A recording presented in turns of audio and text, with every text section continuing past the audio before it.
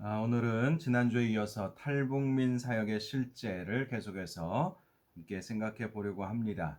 오늘 다룰 내용은 여러분 교재의 6장 탈북민 교회 정착과 양육, 7장 탈북민 다음 세대 교육, 그리고 8장 탈북민 교회와 협력하기, 이 내용을 중심으로 해서 함께 탈북민 사역의 실제에 대해서 한 번 더 고민해 보도록 하겠습니다. 로마서 8장 18절 말씀을 보면 생각하건대 현재의 고난은 장차 우리에게 나타날 영광과 비교할 수 없도다, 이런 말씀이 있습니다. 우리 인생을 나그네 인생이라고 말하는 경우가 있지요. 어쩌면 성경적 표현에 의하면 광야의 길을 걷는 것이 우리 인생이라고 할 수 있습니다. 그래서 우리가 인생을 살다 보면 고난도 있는 것이지요. 그러나 그러한 고난의 인생이 끝이 아닌 것입니다. 우리가 고난과 같은 인생을 살면서도 예수 그리스도를 믿기만 하면 천국의 영광을 얻을 수 있기 때문이지요. 그래서 사도 바울은 우리의 현재 고난은 장차 얻을 영광과 비교할 수 없다. 비교할 수 없다. 이렇게 말씀을 해 주었던 것입니다. 우리 탈북민들의 삶이야말로 가장 극심한 고난을 거쳤고 거쳐가고 있는 그런 분들이라고 할 수 있습니다. 그런데 그러한 고난을 어떻게 보느냐가 참 중요하지 않겠습니까? 그동안 살아왔던 수많은 정말 말로 표현할 수 없는 고난들, 고난의 행군 시기도 거쳤고 가족들이 굶주림에 의해서 굶어 죽는 모습도 보았습니다. 탈북의 모든 과정 순탄치 않았습니다. 중국에서 숨어 살아야 했고요. 또 많은 분들이 중국 공안에 붙잡혀서 강제 북송 당하게 되었고, 또 북한에서도 교화소에 끌려가서 오늘날 우리나라로 말하면 감옥과 같은 곳이죠. 그곳에서 모진 고문을 당하는 고통도 거쳐야만 했습니다. 그러나 그러한 고난의 과정 속에서도 그것이 하나님께서 합력하여 선을 이루시는 과정이다 라는 믿음을 갖기만 한다면 그 고난 때문에 절망하지 않고 또 그 고난 때문에 미래를 살아가지 못하는 일은 결코 없을 것입니다. 히브리서 11장 1절 말씀을 보니까 믿음은 바라는 것들의 실상이요 보이지 않는 것들의 증거니 라는 말씀이 있습니다. 우리 탈북민들이 바로 이러한 믿음만 가질 수 있다면 과거의 고난을 이겨내고 이 고난 가운데에 있었던 하나님의 섭리를 발견해내고 또 고난 이후에 하나님께서 주실 영광, 그것을 바라보는 그러한 삶을 살 수 있겠지요. 특별히 우리 신앙은 교회를 중심으로 성장하게 됩니다. 신앙생활은 교회 생활과 아주 밀접하게 연결이 되어 있는 것입니다. 그러므로 탈북민들이 믿음을 갖고 고난을 이겨내기 위해서는 교회를 중심으로 신앙생활을 잘 해야 하는 것입니다. 좋은 공동체, 좋은 교회 공동체를 만나는 것이 우리 탈북민들에게 있어서 정말 중요한 문제인 것이죠. 실제로 많은 탈북민들이 중국에서 선교사님 만나서 성경 공부 프로그램도 참여하고 통독 학교에서 공부도 하고 그래서 한국까지 오신 분들도 참으로 많이 있습니다. 그런데 그렇게 중국에서 선교사님 만나고 복음 듣고 말씀으로 양육을 받았음에도 불구하고 남한에 와서 좋은 교회를 만나지 못해서 그 좋던 신앙을 잃어버린 경우들이 참 많이 있습니다. 어떤 분은 한국에 들어오면 목회자가 되겠습니다. 선교사가 되겠습니다. 이런 결단을 하고 한국에 들어오신 분들도 계신데요. 그런데 제가 실제로 탈북민 사역을 해보니까 중국에서의 그 신앙 다 잃어버리고 한국에 와서 먹고 사는 문제에만 관심을 두는 경우들을 참 많이 보았습니다. 교회가 제대로 붙잡아 주지 못했기 때문이겠지요. 그러나 정말 중요한 것은 좋은 공동체, 좋은 교회라고 하는 것은 좋은 교인이 만들어가는 것이죠. 교회가 무엇입니까? 건물이 교회가 아니지 않습니까? 교회는 성도들의 모임이 교회인 것입니다. 그러므로 좋은 교회가 된다는 것은 먼저 좋은 교인이 되어야 하는 것이지 않겠습니까? 그래서 저는 우리 탈북민들에게 늘 이런 말씀을 드렸습니다. 좋은 교회를 찾아가지 말고 여러분이 먼저 좋은 교인이 되십시오. 여러분이 먼저 좋은 교인이 되면 여러분이 다니는 교회는 좋은 교회가 될 것입니다. 이런 말씀을 제가 드렸습니다. 제가 부산에서 탈북민 사역을 했었을 때에 그 사실을 잘 보았습니다. 똑같이 하나원을 수료하고 또 탈북의 과정도 서로 비슷했는데 어떤 분은 교회 안에서 직분도 받으시고 봉사도 하시고 또 신앙으로 잘 정착되고 성장해 나가는 것을 볼 수 있었습니다. 그런데 어떤 분들은 여전히 교회 행사 있을 때 겨우 얼굴 한번 내비치고 그것도 좋은 선물 준다고 전화해야 그나마 이렇게 오시는 분들도 참 많이 있었습니다.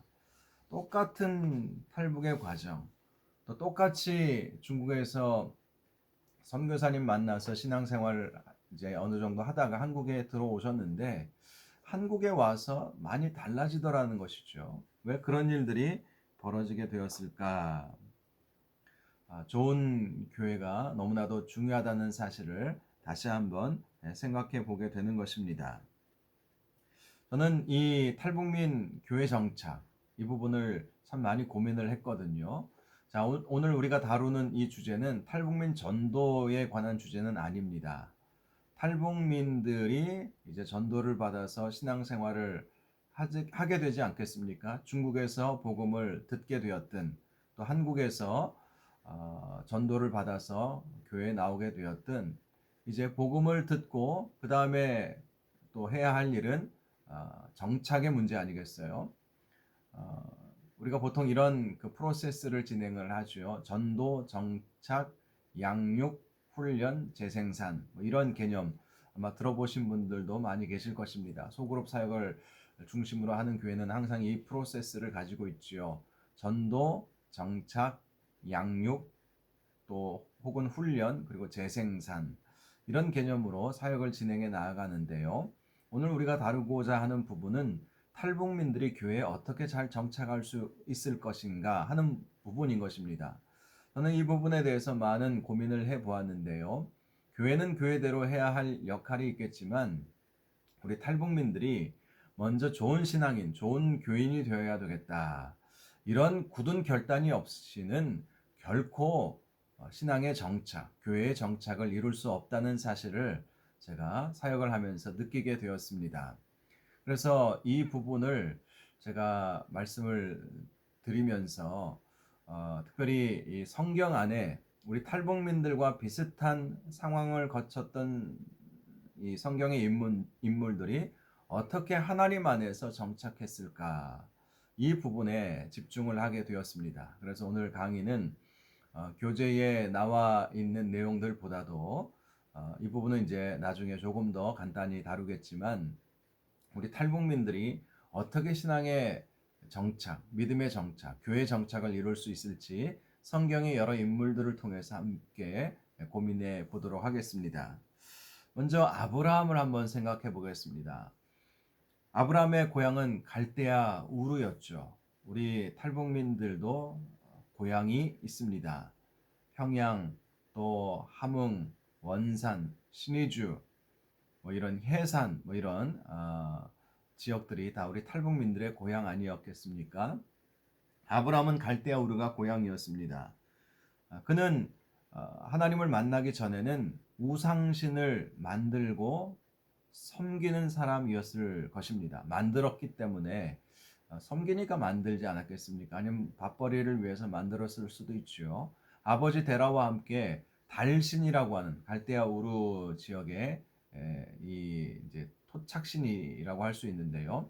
달신을 이제 섬기고 만들었던 그런 사람이 바로 아브라함이었던 것입니다. 그런데 어느 날 하나님께서 그를 부르셨죠. 내 고향과 친척과 아버지의 집을 떠나서 내가 내게 지시할 땅으로 가라 라고 말씀을 하셨습니다. 당시 고대 사회에서 자기 고향과 친척과 아버지의 집을 떠난다. 이것은 큰 모험을 감수해야 하는 일이었습니다. 미지의 땅 아니었겠습니까? 그런데 그동안 늘 익숙하게 살아왔던 자기의 고향과 친척과 또 아버지의 집까지도 떠나라고 하나님께서 말씀하시니 이건 엄청난 결단이 요구되는 일이었습니다. 그런데 아브라함은 어떻게 했습니까? 하나님께서 말씀하시자 바로 즉시로 순종했던 것을 볼 수가 있습니다. 그가 정말 처음부터 믿음이 있어서 그랬는지 모르겠지만 저는 이런 생각을 해보았습니다. 하나님의 섭리이다. 하나님의 섭리이다라는 것이죠. 그는 이방 우상신을 섬기는 사람이었기 때문에 하나님을 그 이전부터 섬겼다고 말할 수가 없지요. 그런데 하나님이 갑자기 아브라함에게 나타나신 것입니다. 그리고 아브라함에게 명령하시고 아브라함은 그 명령에 순종했지요. 그래서 수천 킬로미터를 걸어서 미지의 땅인 가나안 땅까지 가게 되었던 것입니다. 정말 쉽지 않은 결정이었지만 아브라함은 그 하나님의 섭리에 이끌려서 가나안까지 가게 되었던 것이죠. 우리 탈북민들의 삶도 비슷하지 않습니까? 자기 고향과 친척과 아버지의 집을 떠나서 남한 땅까지 오게 된 것 아니겠습니까? 그들이 정말 하나님을 알아서 신앙을 찾아서 남한 땅에 온 것은 아니었습니다. 과거 우리 실향민들은 신앙 때문에 남한으로 내려오게 되었지만 대부분의 탈북민들은 그러한 마음으로 신앙 때문에 남한까지 온 것이 아니었던 것이지요. 어찌 보면 한국에 와서 보니 하나님의 섭리였구나라고 고백할 수밖에 없는 것이 탈북민들의 탈북 과정이었을 것입니다.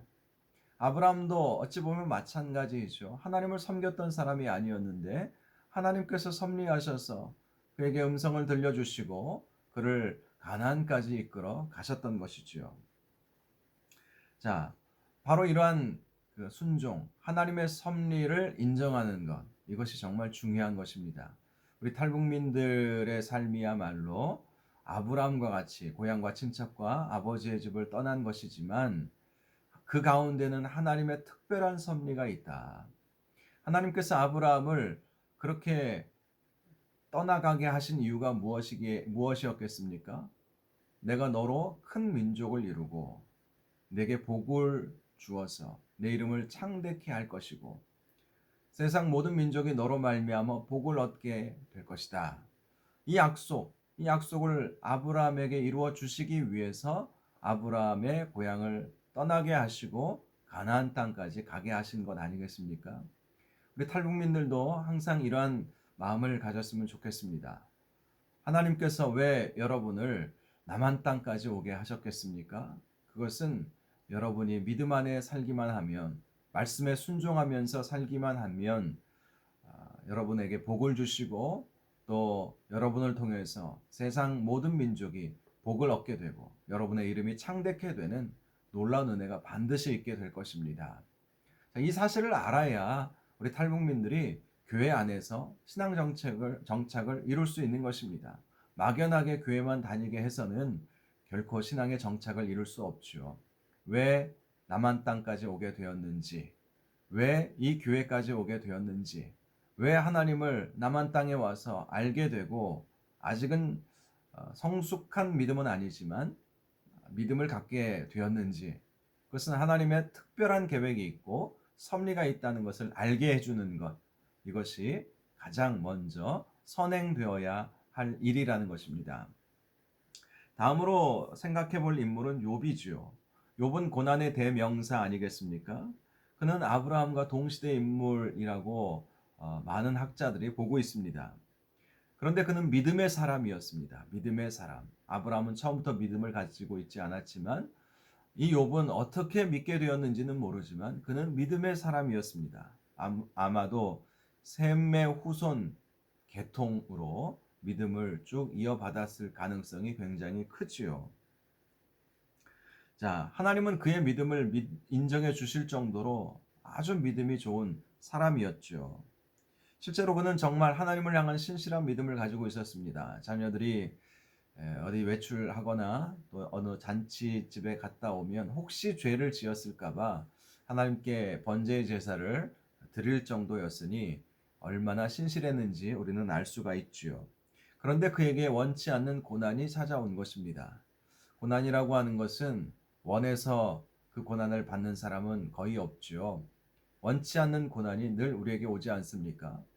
욥은 바로 그러한 고난을 받았던 것입니다. 특별히 욥이 받았던 그 고난의 이유는 사탄이 욥의 믿음을 시험해 보려고 했던 것이지요.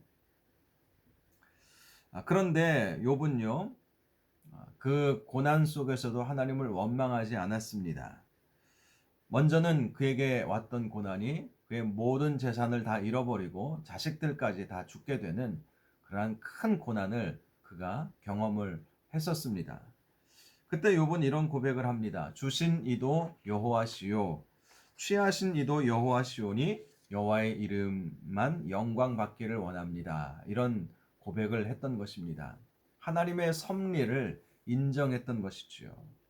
어찌 보면 참으로 말도 안 되는 신앙 고백이라고 할 수 있습니다. 그런데 욥은 이러한 고난 속에서도 하나님을 원망하지 않았던 것을 우리가 볼 수가 있지요. 그렇습니다. 하나님의 섭리를 인정하게 되면 그동안 많은 고난을 거쳐왔던 우리 탈북민들이 그 고난을 이겨낼 수 있지 않겠습니까? 고난 속에 하나님의 섭리가 분명히 있다. 하나님의 섭리는 우리의 인간의 지혜로 알 수 없는 것입니다. 그저 믿고 하나님의 섭리가 있었다고 고백하고 앞으로도 하나님께서 가장 합력하여 선을 이루어 주실 것이라는 믿음을 갖는 것. 이것이 하나님의 섭리를 대하는 성도들의 태도이지 않겠습니까? 우리 탈북민들도 그러한 모습을 가져야 고난을 이겨낼 수 있지 않을까 생각이 듭니다. 자, 욥이 그렇게 모든 재산을 잃어버리고 또 자식들이 죽게 되는 고난만 있었던 것이 아니었습니다. 그런 상황 속에서도 욥은 하나님을 원망하지 않자 사탄이 하나님의 허락을 받아서 또다시 시험을 했습니다. 자, 여기서 중요한 것. 사탄의 시험은 하나님의 주권 아래에 있었다는 것입니다.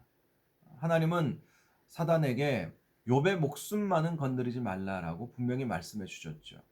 모든 시험은 다 하나님의 주권 아래에 있습니다. 그래서 하나님은 이런 말씀을 하시죠. 사람이 감당치 못할 시험 당함을 허락하지 아니하신다. 아무리 고난과 고통이 우리에게 온다 할지라도 얼마든지 끝까지 주님 의지하고 믿음을 가지고 있으면 이겨낼 수 있다는 것이죠. 그래서 우리 탈북민들이 믿음을 갖는 것이 정말로 중요한 것입니다. 믿음이 있어야 고난을 이겨낼 수 있기 때문인 것입니다. 자, 욥이 이제 자기 몸에 고난이 오게 되었습니다. 온 몸에 종기가 나고 욕창이 생겨나게 된 것입니다. 그래서 깨진 그릇으로 자기 온 몸을 팍팍 긁어야만 했던 것이죠. 그런데 그때 욥의 아내가 하나님을 저주하고 죽으라 라고 아주 모진 소리를 해대지 않았습니까? 그런데도 욥은 이런 고백을 했습니다. 우리가 하나님께 복을 받았은즉 화도 받지 아니하겠느냐. 복 주시는 하나님, 또 화를 주시는 하나님, 복도 받았으니 화도 받을 수 있는 것 아니겠느냐. 이런 엄청난 신앙 고백을 하게 되었던 것입니다. 욥은 결코 고난 속에서도 입술로 범죄하지 않았다는 것이죠. 우리 탈북민들이 이 사실을 깨달을 필요가 있습니다. 아무리 힘들고 어려워도 입술로 범죄하지 말아야 하겠다라는 것입니다.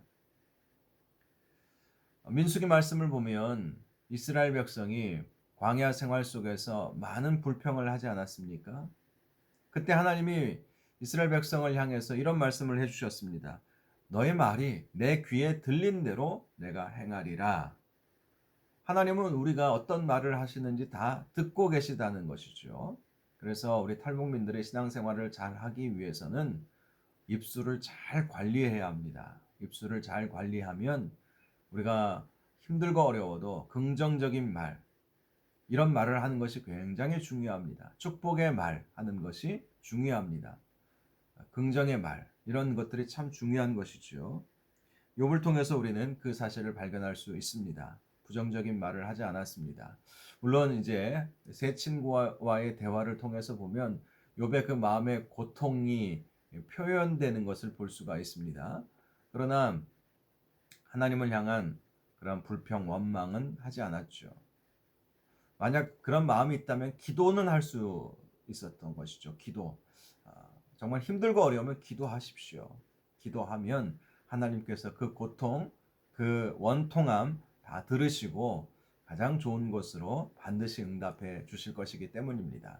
자, 우리 탈북민들의 삶이 바로 이러한 욥의 고난, 고통이 있는 삶이 아니겠습니까?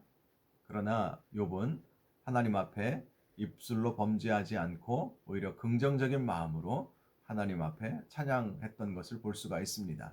바로 이렇게 우리 탈북민들이 아무리 상황이 어렵고 또 고난 가운데 있어도 입술로 범죄하지 않고 믿음으로 하나님께서 더 좋은 것을 이루어 주실 것이라는 마음을 가지고 신앙생활하는 것, 이것이 정말로 중요하다는 것을 알 수가 있는 것이죠. 다음으로 욥이라고 하는 인물을 생각해 보겠습니다. 욥은 어린 시절에 아버지 야곱의 극진한 사랑을 받았죠. 다른 형들과는 달리 요셉은 채색 옷을 입을 만큼 귀하게 자랐던 것입니다. 많은 탈북민들이 어린 시절의 이야기를 해주십니다. 고난의 행군을 거치기 이전의 모습에 대해서 말씀해 줍니다. 물론 경제적으로 부유하지는 않았지만 참으로 행복한 시절을 보냈다라는 말씀을 거의 모든 탈북민들이 하십니다. 고향 땅에서 뭐 배불리 먹고 살지는 않았지만 가족들과 함께 행복하게 살았던 그때를 회상하면서 통일이 되면 고향 땅에 다시 가겠다. 많은 분들이 그렇게 말씀을 하고 있습니다. 자, 요셉도 어린 시절이 참 좋았던 것이죠. 그런데 그 요셉이 형들의 미움을 받게 되지 않았습니까? 아버지가 요셉만 총애하다 보니까 그것이 형들에게는 시기 질투가 되었던 것이죠. 그래서 형들은 요셉을 애굽의 노예로 팔아버리게 되었습니다. 정말 말도 안 되는 일을 했던 것이죠. 그런데 성경을 보면 요셉은 어떠한 절망적인 상황 속에서도 하나님과 동행하는 삶을 살았다. 하나님을 경외하는 삶을 살았다고 말씀하고 있습니다. 그래서 하나님은 늘 그에게 지혜를 주셨고 또 그 지혜가 꿈을 해석하는 능력으로 나타나게 되어서 애굽 왕 바로의 꿈을 해석해 주므로 그는 애굽의 총리까지 될 수 있었던 것이죠.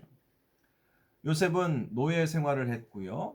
그리고 감옥에까지도 들어가야 하지 않았겠습니까? 그가 죄를 지어서 감옥에 들어간 것은 결코 아니었습니다. 신앙 지키려다 보니까 감옥에 들어간 거예요. 노예로 팔려갔던 보디발의 집에 그 아내가 이제 요셉을 막 유혹을 하지 않았겠습니까? 당시 요셉은 17살에 애굽으로 노예로 끌려가게 되었습니다. 그리고 몇 년 그 집에서 일을 했기 때문에 어느덧 건실한 청년이 되어 있었던 것이죠. 그런데 그 보디발의 아내가 유혹을 했을 때 요셉은 그 유혹을 단호하게 뿌리치고 도망을 쳤습니다. 그러다가 이제 모함을 받아서 감옥에까지 가게 되었지만 그러나 하나님은 늘 그와 함께 하셨습니다. 하나님과 동행했던 욥이었기에 하나님께서는 늘 힘들고 어려운 상황 속에서도 욥을 인정받게 하고 그래서 감옥에서도 간수장들이 욥을 인정해 주지 않았겠습니까? 그리고 감옥에 들어온 고위직 관료들과의 만남을 통해서 결국 술 맡은 관원장의 도움을 받아서 바로 왕에게 소개를 받고 바로 왕을 그 바로 왕에게 요셉을 소개해 주지 않았겠습니까? 그래서 요셉이 바로의 꿈을 해석해 주고 애굽의 총리가 될 수 있었던 것이죠. 그렇습니다. 요셉이 그렇게 고난 속에서도 애굽의 총리라고 하는 높은 직위까지 받게 된 것은 하나님께서 그와 함께 하셨던 것이고 또 요셉은 늘 하나님을 찾고 하나님과 동행하기를 소원했기 때문이었습니다. 그렇습니다. 탈북민들이 이 남한 땅에 온 것은 어찌 보면 애굽 땅으로 간 것과 같은 모습일 수도 있습니다. 비자발적으로 이 남한 땅까지 오게 된 것 아니겠습니까? 그러나 이곳에서 또 이제 교회를 다니게 되고 믿음을 갖게 되지 않았겠습니까? 그리고 정착의 문제를 우리가 다루는 거예요. 우리 탈북민들이 이러한 믿음, 요셉과 같이 하나님과 동행하고 또 끝까지 하나님을 신뢰하고 그럴 때 하나님께서 지혜 주시고 은혜 주셔서 잘 되게 하시는 복을 받게 되는 것이죠. 사랑하는 자들아, 사랑하는 자여, 내 영혼이 잘됨과 같이 내가 범사에 잘되고 강건하기를 내가 원하노라. 사도 요한이 말씀했던 것처럼 정말 영혼이 잘 되는 것이 너무나도 중요한 것입니다. 그래서 우리 탈북민들의 영혼이 잘 될 수 있도록 교회가 아낌없이 지원해주고 기도해 주어야 할 필요가 있는 것이죠. 자, 마지막 다니엘을 한번 더 생각해 보겠습니다. 다니엘은 본래 유다 왕족 출신이었습니다. 그런데 아무리 왕족이면 뭐 하겠습니까? 나라가 망해버렸는데요. 바벨론이 유다를 침공해서 유다는 완전히 멸망당해 버리고 유다의 왕족들, 귀족들, 모든 백성들까지 다 바벨론으로 포로로 끌고 가 버렸던 것입니다. 그래도 감사한 것은 다니엘은 이렇게 어려움 가운데 고난 가운데 있었지만 끝까지 하나님을 신뢰했다는 거예요. 바벨론으로 포로로 끌려간 것 비자발적으로 갔지만 그런 상황 속에서도 끝까지 믿음 지켰던 것. 그래서 왕의 진미를 거절하고 우상에게 바쳐진 제물은 나는 먹지 않겠다라고 결단하고 물과 채소만 먹지 않았겠습니까? 그럼에도 불구하고 다른 모든 사람들보다 더 얼굴에 빛이 나고 더 똑똑한 그런 다니엘이 될 수 있었던 것은 다니엘이 정말 믿음의 사람이었기 때문입니다. 아무리 시험이 와도 그는 그 믿음을 버리지 않았던 것이죠. 다리오 왕 때에는 다른 신에게 절하거나 예배하지 못하게 하는 법을 만들어내지 않았습니까? 그런데 다니엘은 어떻게 했습니까? 문을 활짝 열고 하루에 3번씩 여호와가 계시는 성전을 향해서 예루살렘 성전을 향해서 기도를 올려드리지 않았겠습니까? 그 일로 결국 사자굴에 들어갔지만 그러나 사자도 감히 다니엘을 먹어 치울 수가 없었던 것이죠. 고난 속에서도 하나님을 끝까지 신뢰하면 하나님의 이러한 보호하심을 받게 되는 것입니다. 다니엘도 이 바벨론의 총리가 되지 않았습니까? 그리고 다니엘은요, 이 바벨론이 멸망하고 이 메대와 또 페르시아가 집권했을 때에도 그래도 높은 고위 관직을 유지할 수 있었습니다. 그 이유가 그가 끝까지 하나님을 신뢰했기 때문이었던 것이죠. 우리 탈북민들도 끝까지 하나님을 신뢰하면 또 교회 안에서 아름답게 신앙 정착을 잘 이루어내면 반드시 이러한 축복이 있게 될 것입니다. 우리 탈북민들이 바로 이러한 그 믿음을 가지고 교회 안에서 신앙생활 잘 할 수 있도록 교회가 적극적으로 도와주시면 좋을 것 같습니다. 자, 이제 탈북민 신앙 정착을 위한 교회 역할에 대해서 함께 생각해 보겠습니다. 교재를 보면 6장에 탈북민의 한국 교회 정착이 어려운 이유에 대해서 전문 사역자가 부족하기 때문이다. 먼저 이런 분석을 내놓았습니다. 실제로 3만 4천 명이라고 하는 많은 탈북민들이 계시지만 탈북민 사역자들은 한 200명 정도 밖에 되지 않습니다. 물론 적은 숫자는 아니지만 정말 하나님의 은혜로 중국에서 선교사님들을 만나서 신앙생활을 하고 한국까지 오게 되었기 때문에 그래도 우리 탈북민들 가운데 많은 분들이 목회자로 헌신하고 선교사로 헌신하게 되었던 것이죠.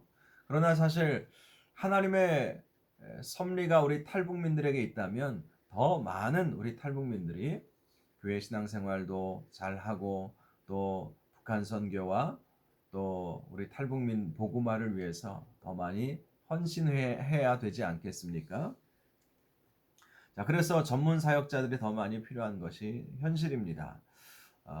여러분들 가운데에서도 정말 하나님께서 마음을 주신다면 우리 탈북민 사역에 도전해 보시면 좋을 것 같습니다. 탈북민 사역, 긍휼의 사역이고 선교하는 사역이고 또 복음을 전하는 귀한 사역이기 때문에 이 사역에 많은 동참이 있으시면 좋을 것 같습니다.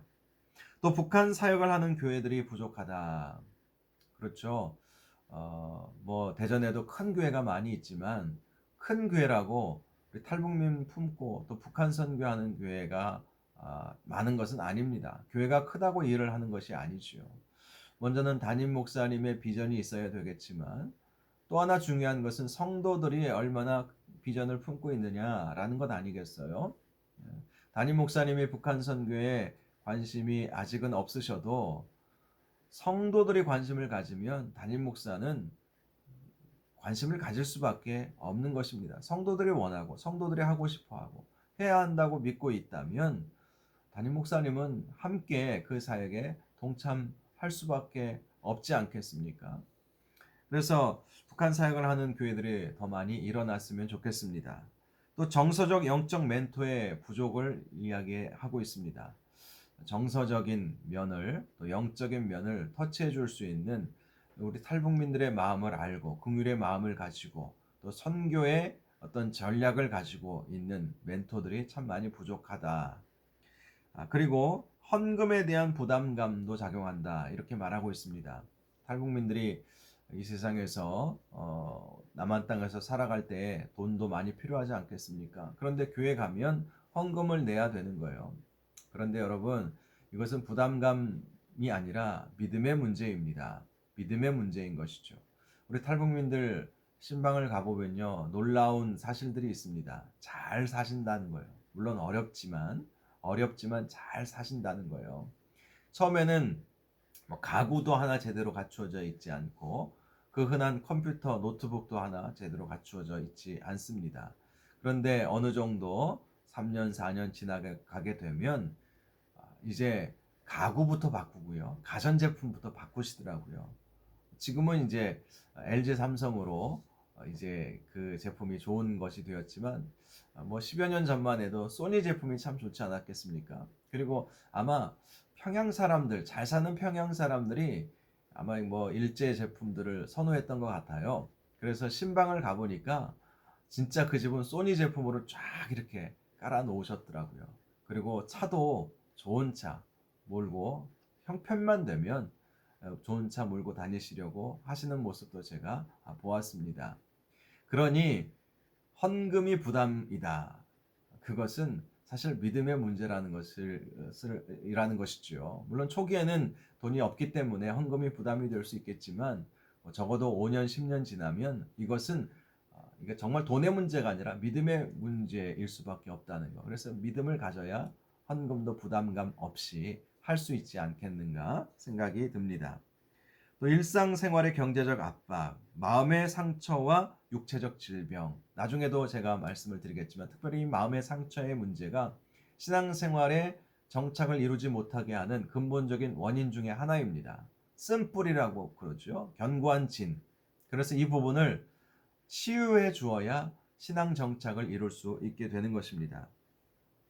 그리고 북한에서의 통제적 생활이 장애 요소가 된다고 말하죠. 우리 탈북민들 소그룹 하자고 그러면 싫어하시더라고요. 과거 북한에서 뭐 자아 비판하는 시간 같다.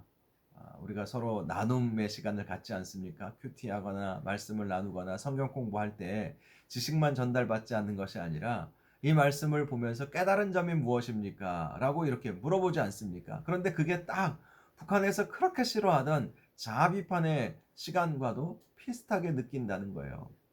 그래서 그런 통제적 생활이 싫어서 한국까지 왔는데 교회가 나를 통제하려고 한다. 이런 이제 오해 때문에 교회 정착하지 못하게 되는 경우들도 있지요. 또 남북 문화적 차이가 있다. 그렇습니다. 문화적 차이가 아주 크죠. 조선 사람이 조선말을 안 쓰는 것이 굉장히 큰 그런 어려움일 수도 있죠. 초기에는. 나중에 가면 이제 어느 정도 이 부분은 다 이제 정착이 되고요. 북한도 이제 장마당이 활성화되어 가고 있기 때문에 어느 정도 시장 경제를 익숙하게 받아들이는 그런 상황이 되어 가고 있습니다. 그래서 점점 이 부분에 큰 갭은 줄어들지 않겠나 이런 생각도 해보게 됩니다. 자, 그렇다면 탈북민들의 신앙 정착을 위해서 교회가 어떤 역할들을 해주어야 할 것인가? 제가 몇 가지, 한 6가지로 간략하게 한번 정리를 했습니다. 첫 번째는요, 우리 신앙 공동체를 만들어 주어야 한다는 것입니다. 신앙생활은 홀로 할 수 없지요. 함께 해야 하는 것입니다. 홀로 하나님을 섬길 수 없습니다. 함께 하나님을 섬겨야 하는 것이죠. 함께 격려해주고 위로해주고 그러한 신앙 공동체가 필요한 것입니다. 그래서 우리 탈북민들 특별히 이 신앙 공동체를 만들어 주세요. 만들어 주시고 교회 안에서도 북한 선교 부서를 만들어 주시든지 또 잘 조직되어 있는 그러한 교회로 이렇게 보내주셔서 교회 안에서 신앙생활을 잘 할 수 있도록 그렇게 하시고 또 탈북민들만의 공동체는 또 문제가 많이 있을 수 있습니다. 그래서 요즘에는 통일 공동체를 지향하죠. 우리 북한에서 내려오신 분들과 또 북한 선교의 마음을 품고 있는 분들 함께 모여서 교회도 개척하기도 하고 또 한 부서에서 이런 분들이 어우러져서 함께 신앙생활을 하는 경우가 참 많이 늘어나고 있습니다. 이렇게 건강한 신앙 공동체를 만들어 주는 것이 필요하죠. 다음으로 탈북민의 신앙 정책을 위해서는요, 이 탈북민 사역을 긍휼 사역으로만 보아서는 안 된다는 것입니다. 선교적으로 접근을 해야 한다는 것입니다. 선교적으로.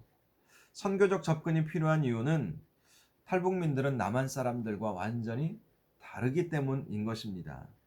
겉모습은 비슷해 보일지 모르지만 속이 다른 것이죠. 살아온 배경과 환경이 다르기 때문에 이 내면이 다르기 때문에 선교적으로 접근을 해야 하는 것입니다. 10년, 20년 지나면 물론 남한 사회에 어느 정도 적응이 되겠지만 그러나 그 전까지는 선교의 대상으로 잘 양육하고 섬겨 나가는 것이 참 필요하다라는 것입니다. 특별히 선교라고 하는 것은 선교의 목적은 예배입니다. 존 파이퍼 목사님이 이런 말씀을 해주셨어요. 선교 자체가 우리의 목적이 아니라는 것입니다. 예배가 바로 선교의 목적이 되어야 한다라는 것입니다. 요한계시록 7장 9절에서 10절 말씀을 보면 사도 요한이 보았던 환상 중에 하나가 어린 양의 보좌 앞에서 각 나라와 족속과 백성과 방언이 종려나무 가지를 흔들면서 하나님을 찬양하는 모습을 보았어요. 자, 이것이 마지막 때의 모습이라는 것이죠. 마지막에 한 민족이라도 예수 그리스도를 믿고 찬양할 수만 있다면 하나님은 그것을 기뻐하시고 바로 그때에 세상의 끝이 오게 되는 것이죠. 모든 민족에게 복음이 증언될 때 그제야 끝이 오리라. 예수님께서 직접 말씀해 주신 것처럼 자, 이 모든 민족, 각 나라와 족속과 백성과 방언이 하나님을 예배하는 것이 바로 선교의 최종 목적이 되어야 한다는 것입니다. 그래서 특별히 우리 탈북민들은 북한에 억압받고 예배드리지 못하고 있는 그러한 북한 사람들을 대신해서 하나님 앞에 제사장의 마음으로 예배드리고 있다는 그 마음을 갖는 것, 이것이 정말 중요한 것이고 이것이 바로 선교인 것이죠. 우리 북한 성도님들에게 꼭 이 사실을 강조해 주셔야 합니다. 여러분이 드리는 예배는 여러분의 한 개인의 예배가 아니라 예배드리지 못하고 있는 북한 우리 동포들, 우리 형제, 우리 자매, 우리 부모님들을 대신해서 드리는 예배가 되어야 한다. 이 말씀만 제대로 강조해도요, 우리 북한 성도님들, 탈북 성도님들의 예배 자세가 달라집니다. 저는 그걸 봤거든요. 처음에 제가 북한 선교부 부임했을 때 정말 예배 분위기가 엉망이었습니다. 세상에 중고등부 예배도 물론 아주 힘들다고 하죠. 청소년 예배도. 그런데 이거는 떠든 애들 예배도 아닌데 떠들긴 또 얼마나 많이 떠들고 어른인데 뭐라고 혼도 낼 수 없고 예배 끝나면 막 멱살 잡고 싸우기도 하고 또 중간에 소그룹 하기 전에 잠시 짬이 있지 않겠습니까? 예배 드리고 소그룹 모임을 하고 이제 집에 가시게 했는데요.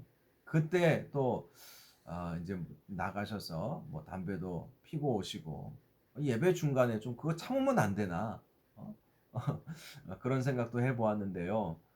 처음에는 제가 가만히 놓고 이제 그냥 아무 말 안 하고 있었죠. 그러다가 이 사실이 깨달아졌어요. 선교적으로 접근해야 되겠다. 특별히 선교의 목적은 예배이기 때문에 이들이 북한 동포들을 향한 위해서 대신 예배드리는 예배자가 되도록 해야 되겠다. 그래서 굉장히 예배를 강조하고 찬양을 풍성하게 부르고 설교도 더 잘 준비해서 말씀을 전하다 보니까 이분들이 하나하나 바뀌어 나가게 되는 것을 제가 직접 경험을 했습니다. 선교적 접근이 참 중요합니다. 긍휼 사역도 물론 중요하고 필요한 것들 채워드리고 안타까워해주고 눈물을 흘려주고 상담해주고 다 좋은 일이지만 예배자가 되게 하는 것, 북한에 있는 우리 북한 인민들을 대신해서 하나님 앞에 예배드리는 예배자가 되게 하는 것, 이것이 굉장히 중요한 접근인 것입니다. 그 다음에 세 번째로 우리 탈북민들이 아직 신앙이 연약하다 할지라도 자꾸 사명의식을 불어 넣어 주어야 하는 것입니다. 사명의식.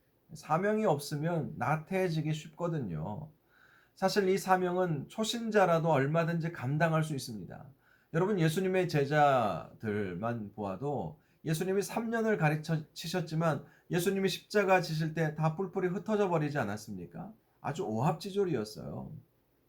예수님이 붙잡히시자 다 도망가 버리지 않았습니까? 그런데 예수님이 다시 부활하셔서 그들을 만나시고 그들에게 뭐라고 말씀하셨어요? 너희는 가서 모든 민족을 제자로 삼아라. 아버지와 아들과 성령의 이름으로 세례를 주라. 내가 가르친 것을 다른 모든 세상 모든 사람들에게 가르쳐라. 내가 분부한 모든 것을 가르쳐 지키게 하라. 이렇게 말씀하지 않으셨습니까? 도대체 그들이 그 당시에 무슨 믿음이 있었다고 이런 명령을 내리셨겠습니까? 아직 믿음도 연약한 제자들이었어요. 예수님이 십자가 지실 때 다 도망가 버렸던 비겁한 사람들이었습니다.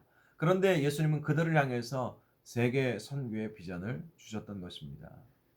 마찬가지로 우리 탈북민들 연약한 것처럼 보이지만 그분들에게 강하게 도전하시기 바랍니다. 강하게 도전하시면 이분들이 부담을 가질 수도 있겠지만, 하나님께서 나만까지 오게 하신 목적이 이것이구나. 하나님께서 나를 부르신 목적이 이것이구나. 그것을 깨닫게 되면 신앙 정착하지 말라고 해도 하는 거예요. 사명의식이 없기 때문에 정착을 못하는 것입니다. 믿음이 약한 것처럼 보여도 사명을 불어 넣어주시기 바랍니다. 이 복음전도, 선교에 대한 사명들을 불어 넣어주시면 이분들이 그 사명을 발견하면 정말 교회 안에 잘 정착하고 실질적으로 봉사도 하고 구제도 하고 헌금도 하고 그리고 선교도 하고 그런 마음을 갖게 될 것입니다. 그래서 사명의식을 불어 넣어주는 거 굉장히 중요한 것이죠. 자, 네 번째는요. 조금 전에도 말씀을 드렸듯이 우리 탈북민들의 신앙 정착을 위해서는 그들의 아픔을 싸매어주는 과정이 필요한 것입니다. 일명 내적 치유의 과정들, 이런 프로그램들, 훈련들이 있지 않습니까?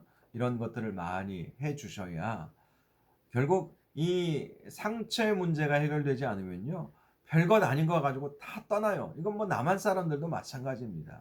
상처가 깊은 분들, 큰 상처가 있는 분들은 사실 누군가가 특별하게 뭐라고 하지 않았는데 뭐 나를 두고 얘기하는 것 아닌가 하고 교회를 떠나는 경우가 있어요. 최근에도 어떤 분이 이제 큰 상처가 있으셨던 분인데요. 그 옆에서 옆 테이블에서 이제 예배 후에 이제 뭐 식사를 하거나 뭐 차를 한 잔 마셨나 봐요. 그런데 이분이 이제 그 자리에 같이 있지는 않은 옆 테이블에 있었던 모양입니다. 그런데 옆에서 나누던 다른 권사님들이 했던 얘기가 자기 얘기를 하는 것처럼 들렸다는 거예요. 근데 실제로 그분들은 이 사람을 비난하는 그런 이야기를 한 것이 아니었습니다. 뭐 이 사람을 흉보는 얘기도 아니었습니다. 그런데 본인이 나름대로 상처가 해결되지 않았기 때문에 지금 저 사람들이 내 얘기한다는 거예요. 그렇게 이상하게 받아들이고 결국 사랑이 없네, 뭐가 없네 하면서 교회를 떠나가 버리더라고요.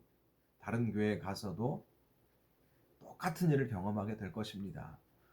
어떤 교회에서 상처받으면요, 그 상처가 다른 교회에 가서 그 치유받지 않으면 똑같은 일들은 늘 되게 마련 아니겠습니까? 우리 탈북민들도 이러한 상처들 때문에 결국 교회 정착하지 못하는 거예요. 상처, 탈북의 과정, 고난의 행군에서 겪었던 그 아픔, 또 남한 땅에서 정착하느라 그 힘들었던 그 힘든 과정, 그 고통, 이거 상처를 해결받지 못하면 신앙 정착 이루기가 어렵습니다. 그래서 저는 북한 선교부에서 사역할 때 내적 치유 프로그램을 많이 이제 도입을 했었습니다. 제 설교에서도 치유와 회복에 대한 말씀을 참 많이 전했고요. 그리고 뭐 내적 치유 학교, 또 뭐 가정 회복 세미나, 또 뭐 부부 세미나, 자녀 교육 세미나 뭐 이런 것들을 통해서 부모와 자녀의 관계 속에서의 치유가 필요한 부분들, 또 부부 간의 관계에서 치유가 필요한 부분들을 자꾸 터치해 주었던 것이죠. 그랬더니 많은 회복을 이제 경험하고 교회도 잘 정착을 하게 되는 것도 제가 보았습니다. 다섯 번째는요, 중보기도 사역이 교회 안에 꼭 있어야 합니다. 북한 선교와 탈북민들을 위한 중보기도 사역. 결국 영적 전쟁 아니겠습니까? 에베소서 6장 12절 보면 우리의 씨름은 혈과 육을 상대하는 것이 아니요 통치자들과 권세들과 이 어둠의 세상 주관자들과 하늘에 있는 악의 영들을 상대함이라. 우리의 싸움은 혈과 육의 싸움이 아닙니다. 영적 전쟁이에요. 탈북민들을 교회에 정착시키는 것도 영적 전쟁입니다. 그들에게 복음을 전하는 것도 마찬가지지만 교회에 정착하는 것은 더 극심한 영적 전쟁이 필요합니다. 교회 한두 번 나오게 하는 것은 사단도 내버려 두는 것 같아요. 선물 준다고 하면 옵니다. 무슨 행사한다고 하면 옵니다. 탈북민들을 위해서 잔치를 베푼다고 하면 옵니다. 오면 제가 복음을 전하죠. 목사가 무슨 말 하겠습니까? 복음을 전합니다. 예수 믿어야 됩니다. 그래야 잘 됩니다. 여러분의 탈북의 과정, 남한까지 오게 한 것은 하나님이십니다. 여러분을 살리셨습니다. 말씀을 전합니다. 교회에 한두 번 오는 것은 아무 문제가 안 돼요. 그런데 정착하는 것은 사단이 가만 놔두지 않습니다. 왜? 하나님의 사람이 되는 것이기 때문에.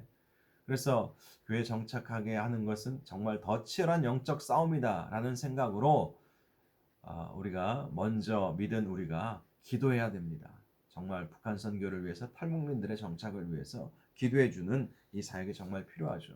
중보기도 사역에 얼마나 놀라운 역사가 있는지 여호수아와 아말렉과의 전투에서 모세가 두 손 들어 기도할 때는 여호수아가 이기더니 힘이 빠져서 손을 내리면 아말렉이 이기는 일이 있지 않았습니까? 그때 아론과 훌이 끝까지 양손을 붙잡아 주어서 전쟁을 승리로 이끌었다. 중보기도의 놀라운 역사들인 것이죠. 바로 이러한 중보기도 사역이 교회 안에서 이루어진다면 우리 탈북민들도 잘 정착할 수 있게 될 것입니다. 마지막 여섯 번째, 교회 안에 이 탈북민들이 잘 정착을 하려면 북한 선교 훈련 사역이 참 필요합니다. 우리 탈북민들도 훈련 받아야 돼요. 북한에 대해서 다시 한번 배워야 됩니다. 사실 그들이 경험한 북한을 모든 북한이라고 말할 수 없지요. 저도 우리 대한민국에서 살고 있지만 대한민국을 다 알지 못합니다. 제가 아는 것은 일부 극히 일부에 지나지 않아요. 한국 교회의 모습을 다 아는 것도 아닙니다. 우리 교단의 모습을 다 아는 것도 아닙니다. 제가 아이들 이제 고등학교 아이들 키우면서 요즘 입시 제도가 이렇게 바뀌었구나. 제가 새삼 느꼈어요. 그전엔 전혀 입시 제도도 몰랐어요. 제가 경험했을 때의 입시 제도는 벌써 30년도 넘은 일 아니겠습니까? 그러니 그 30년 동안 얼마나 많이 바뀌었겠어요. 저는 학력고사 세대인데 제 아내는 수능 1세대고요. 그런데 그 이후로는 뭐 수능도 막 체계가 바뀌고 요즘에는 뭐 내신으로 가기도 하고 또 내신도 뭐 여러 뭐 이런 것들이 있더라고요. 다 몰라요.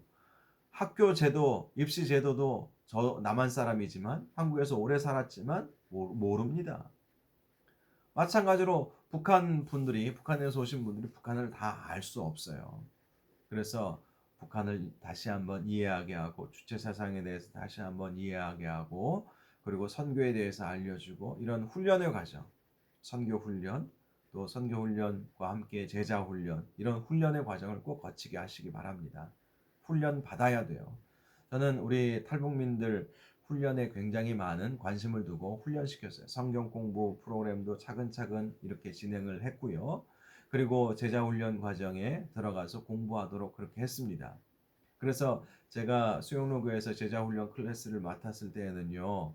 우리 꼭 제 클래스에 탈북민들 한두 분 이상은 꼭 들어오게 했습니다. 그래서 남한 분들과 함께 했습니다. 신앙훈련을 받게 했습니다. 처음에는 우리 탈북민들과만 이렇게 제자훈련을 하다 보니까 수준이 너무 낮은 거예요. 물론 너무 높다고 다 좋은 것은 아니지만 그래도 뭔가 볼 수 있는 것이 있어야 하지 않겠습니까? 그런데 우리 남한 성도님들은 제자훈련 과정까지 오려면 또 그만큼의 헌신과 결단이 있다는 건 아니겠습니까? 그래서 그 자리에 우리 탈북민들 한두 분 이렇게 같이 앉혀서 훈련을 시키면 성경적 지식은 아직 좀 덜하다 할지라도 보고 배우는 것이 참 많더라고요. 그래서 우리 탈북민들 제자훈련, 선교훈련, 말씀훈련 이것이 병행되어야 하는 것입니다. 결코 이렇게 긍휼 사역으로만 접근하지 말아야 한다는 것이죠. 그러면 정착하지 않습니다. 교회에서 해줄 수 있는 것이 얼마나 되겠습니까? 그래서 그러한 사역들에 더 많은 관심을 가지면 우리 탈북민들 정말로 귀한 분들 아니겠습니까? 그분들이 교회까지 오게 된 것도 굉장한 하나님의 은혜이고 섭리의 과정인데 그분들을 잘 정착시킬 수 있도록 함께 훈련하고 기도하고 선교적 접근하고 예배자가 되게 하고 이러한 일들을 잘 감당하면 여러 가지 장애물들이 있지만 얼마든지 극복해내고 탈북민들을 교회 안에 잘 정착시켜서 그분들이 통일시대의 귀한 자원이 될 수 있게 될 것입니다. 이러한 탈북민 사역에 많은 관심을 가지시고 이 탈북민 사역은 선교의 마음으로 접근하는 것이다. 이런 생각을 가지시고 더 많이 관심 가지시고 기도해 주시기 바랍니다. 자, 이렇게 지난주와 이번 주에 이어서 탈북민 사역의 실제에 대해서 함께 살펴보았는데요. 탈북민 사역은 결코 쉽지는 않습니다. 그러나 할 수 있는 사역입니다. 해볼 수 있는 사역이고 하면 되는 사역입니다. 여러분 꼭 위해서 기도해 주시고 또 마음이 가시는 분들은 탈북민 사역에 더 많은 동참을 해 주시기를 바랍니다. 네, 수고하셨습니다.